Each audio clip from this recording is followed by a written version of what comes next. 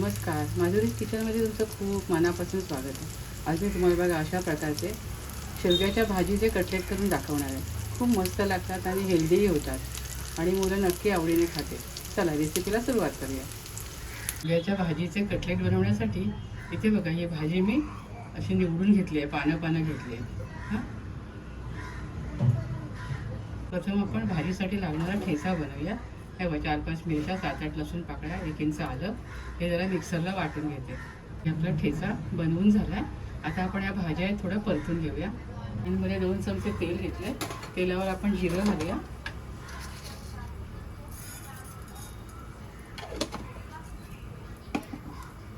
छान फुलले त्यावर आपण हिंग घालूया. आणि आता आपण जो ठेचा तयार केला होता तो घालूया. कच्चेपणा जाईपर्यंत परतून घेऊया. आता आपण यावर थोडे मूग घालूया. हे कटलेट अजून हेल्दी होते. यावर आपली शेवग्याची भाजी घालूया आणि छान परतून घेऊया. आपण थोडंसं मीठ घालूया.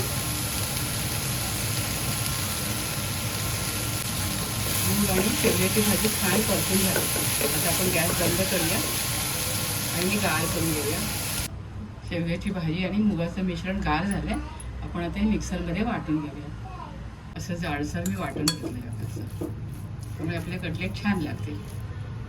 आता यामध्ये आपण थोडी कोथिंबीर घालूया.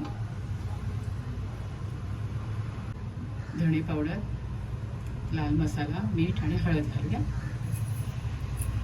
मीठ थोडं घातलं आहे, नंतर आपण पुन्हा घालायला लागेल. मीठला बाइंडिंग येण्यासाठी आपण 2 चमचे बेसन घालूया.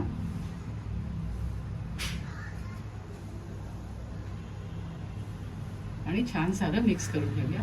मी अजून 1 चमचा बेसन घेतलंय.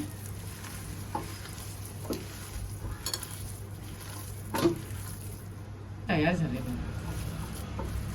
आपल्याला कटलेटही छान वळता येतात. आता आपण कटलेट वळून घेऊया. इथे मी हाताला थोडं तेल लावून घेते.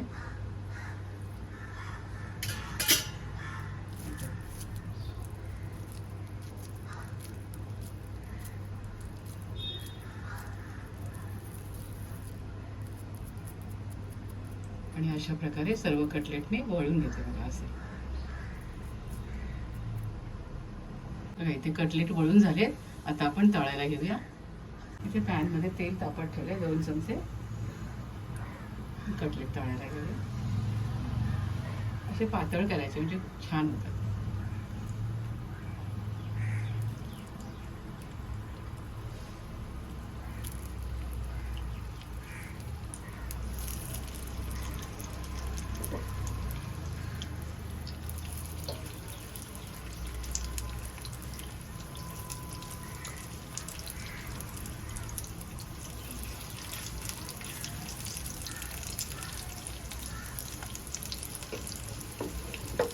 दोन मिनिटांनी आपण उलटून घेऊया. आता आपण कटलेट उलटून घेऊया.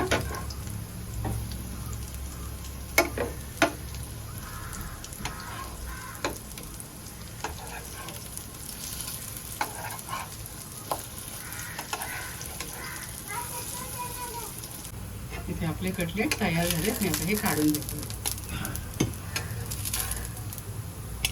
एकदम भारी दिसत आहेत ना आणि चवीला पण छान आहेत आणि हेल्दीही झाले. इथे छान असे शेवग्याच्या भाजीचे कटलेट मी तयार केले. खूप हेल्दी झाले.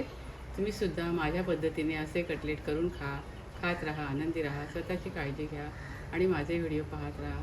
शेअर करा, लाईक करा, आठवणी सबस्क्राईब करा. धन्यवाद.